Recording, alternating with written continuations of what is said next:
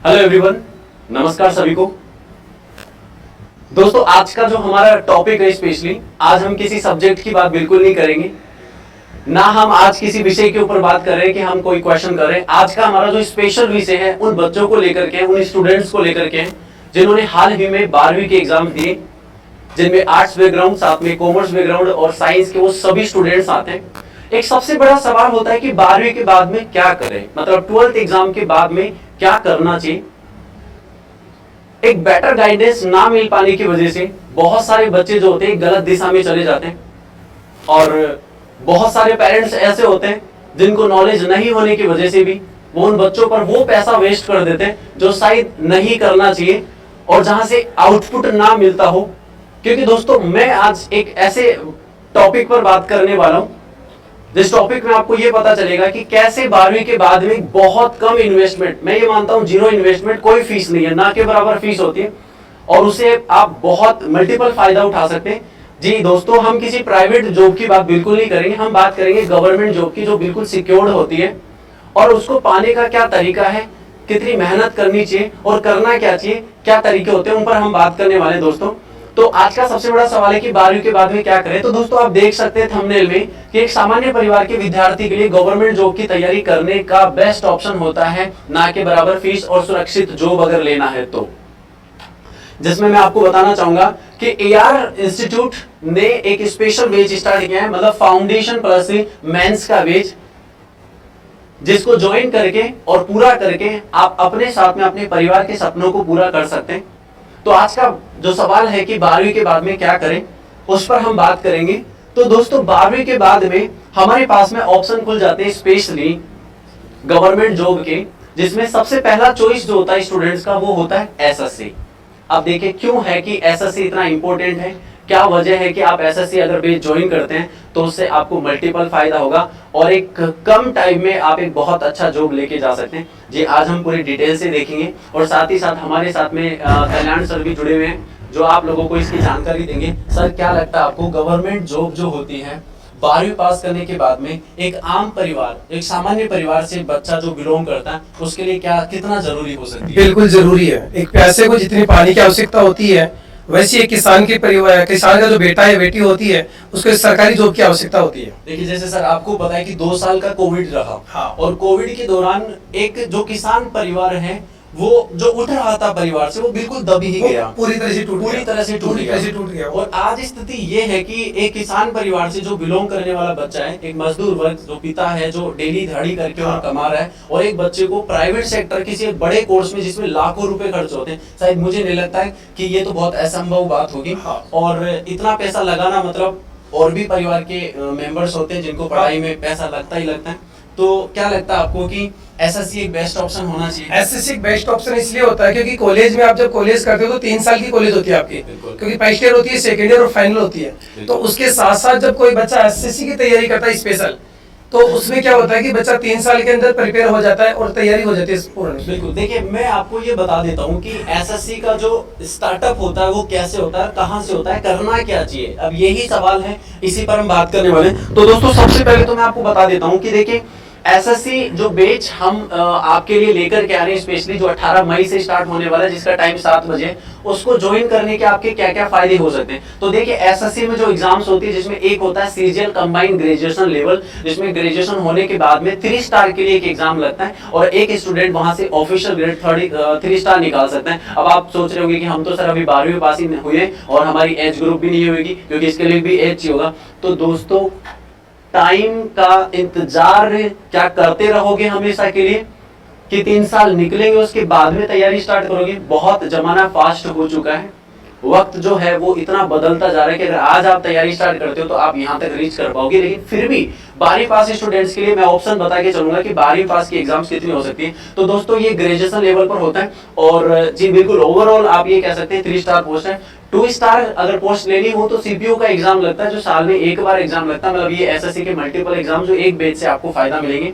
साथ ही साथ सीएचएस और 10+2 जो 12वीं पास के बाद में आपके पास में ऑप्शन यहाँ से खुल जाता है, तो आप साल का सबसे पहला एग्जाम ये दे सकते हैं। साथ ही साथ स्टेनोग्राफर भी एक बहुत अच्छी एग्जाम होती है, 12वीं पास के बाद में लेता है। एक बच्चे को शॉर्ट हैंड राइटिंग का एक 6 मंथ का या 3 मंथ का कोर्स करना होता है, लेकिन उसके लिए भी उसको रिटन एग्जाम देना ही होता है। लेकिन ये भी बहुत अच्छी पोस्ट होती है, मैं कह सकता हूँ। और साथ ही साथ एमटीएस जो कि हर साल एक एग्जाम एसएससी के द्वारा लिया जाता है। तो एसएससी स्टाफ सिलेक्शन कमीशन जो एक इंस्टीट्यूशन है जो ये सारे एग्जाम्स के लिए वैकेंसीज जो है वो हमने को रिक्रूट करता है। और साथ ही साथ में सभी जितने भी रिक्रूटर्स होते हैं उनको पोस्टिंग अलग अलग डिपार्टमेंट इंडिया के देता है और ये निम्न पोस्ट के ऊपर देता है। और ये शानदार एक वैकेंसी होती है एसएससी की।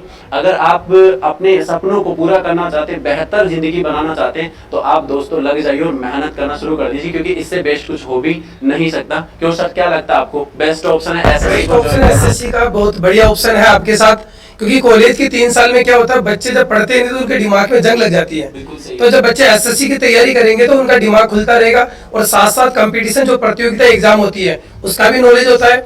और दोस्तों आपको पता है कॉलेज एक बैचलर डिग्री होती है, कॉलेज के साथ साथ एक आपको प्रतियोगिता परीक्षा जो आप कंपटीशन एग्जाम की बात कर रहे हैं, इसके अंदर आपको एक बेस्ट ऑप्शन और एक बेस्ट मौका मिलेगा आपको। बिल्कुल सही कहा कल्याण सर ने, क्योंकि कॉलेज के साथ साथ आप अपना पूरा टाइम सेव कर सकते हो। टाइम ही तो सेव करना है, सबसे बड़ी बात है।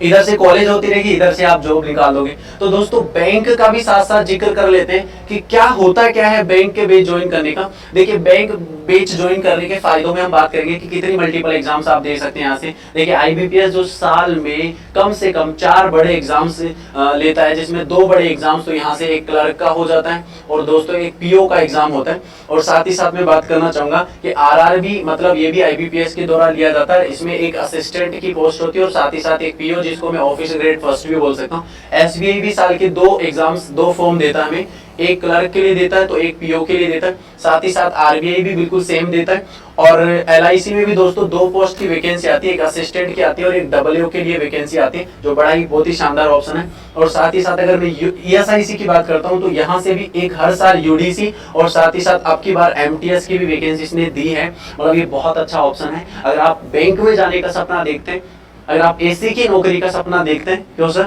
तो आप इस बैच को ज्वाइन करके हमारा जो 18 मई से स्पेशल बैच स्टार्ट हो रहा है, इस सपने को भी आप पूरा कर सकते हैं। दोस्तों जो बैंक का सपना देखता है उसको यहीं से शुरुआत करना होगा, क्योंकि अब बात करने वाले हैं हम कि कैसे एक सिंगल बेच का मल्टीपल फायदा आप ले सकते हैं। क्योंकि मुझे ऐसा लगता है कि कल्याण सर एक बेच से एक बच्चा मल्टीपल एग्जाम दे सकता है। ये सारे एग्जाम्स जो आपने अभी पिछले सारे देखे थंबनेल में, वो सारे एग्जाम्स आप एक बेच से ज्वाइन कर सकते हैं। और दोस्तों जैसा कि आपने देखा फाउंडेशन प्लस जो मेंस का हमने नाम ले लिया, इसका फायदा यही है क्योंकि फाउंडेशन जो है वो आपका बेस तैयार करेगा, आपका प्री लेवल तैयार करेगा और उसके बाद में जो मेंस लेवल का बेच होगा उसमें आपको वो हायर लेवल सिखाया जाएगा। और सबसे कमाल की बात देखिएगा, उसका कोई चार्ज नहीं है सर, बिल्कुल निःशुल्क है। वो मेंस की तैयारी बिल्कुल निःशुल्क है, क्योंकि वो बिल्कुल निःशुल्क रहेगा। हम आपसे केवल फाउंडेशन बेच प्री बेच का एक नॉर्मल चार्जेस जो होता है, जिसमें हम आपको सारी चीजें फैसिलिटीज प्रोवाइड करवाते हैं, जिसमें आपका स्टेशनरी का हो गया,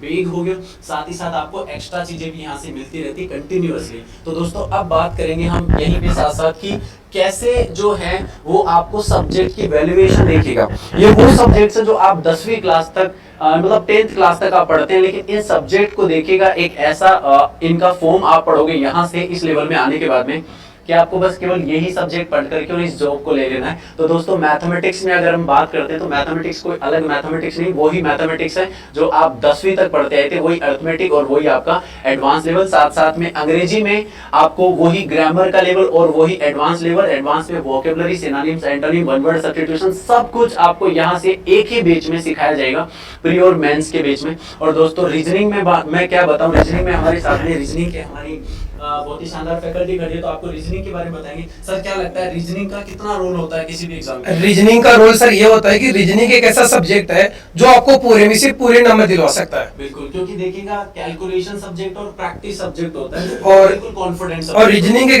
ऐसा सब्जेक्ट है जो आप चाहे कॉलेज कर लो, बीए कर लो, बीएड कर लो, चाहे कोई भी आप स्नातक की डिग्री ले लो, उसके अंदर रीजनिंग नहीं आता है। रीजनिंग हमेशा प्रतियोगिता परीक्षा में आता है और हर एक एग्जाम हर एग्जाम में आरएस की एग्जाम होती है, उसमें भी रीजनिंग के 10 क्वेश्चन आते हैं आपके। बिल्कुल सर, बिल्कुल।